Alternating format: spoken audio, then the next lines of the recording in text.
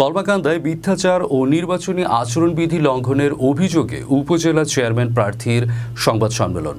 নেত্রকোনা প্রতিনিধি জানান, নেত্রকোনায় ষষ্ঠ উপজেলা পরিষদ নির্বাচনে প্রথম ধাপে অনুষ্ঠিত হওয়া কলমাকান্দা উপজেলা পরিষদ নির্বাচনে নামধারী আওয়ামী লীগ নেতার মিথ্যাচার ও নির্বাচনী আচরণবিধি লঙ্ঘনের অভিযোগে সংবাদ সম্মেলন করেছে উপজেলা চেয়ারম্যান প্রার্থী মোহাম্মদ রফিকুজ্জামান খোকন।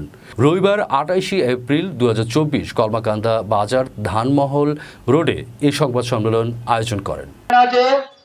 অমুক প্রার্থী আমাদের দলের মনোনীত, এই কথা বলার সুযোগ নেই।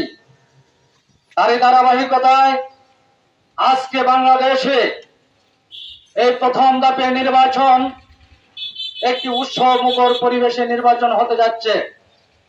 আর এই উৎসবমুখর নির্বাচনকে বাধাগ্রস্ত করার জন্য, এই উৎসবমুখর নির্বাচনকে কুণ্ঠিত করার জন্য, এই উৎসবমুখর নির্বাচনকে প্রতিবন্ধকতা সৃষ্টি করার জন্য আসন্ন কলমাকান্দা উপজেলা পরিষদ নির্বাচন যেটা আমরা প্রার্থী হয়েছি, আমরা 7 জন প্রার্থী।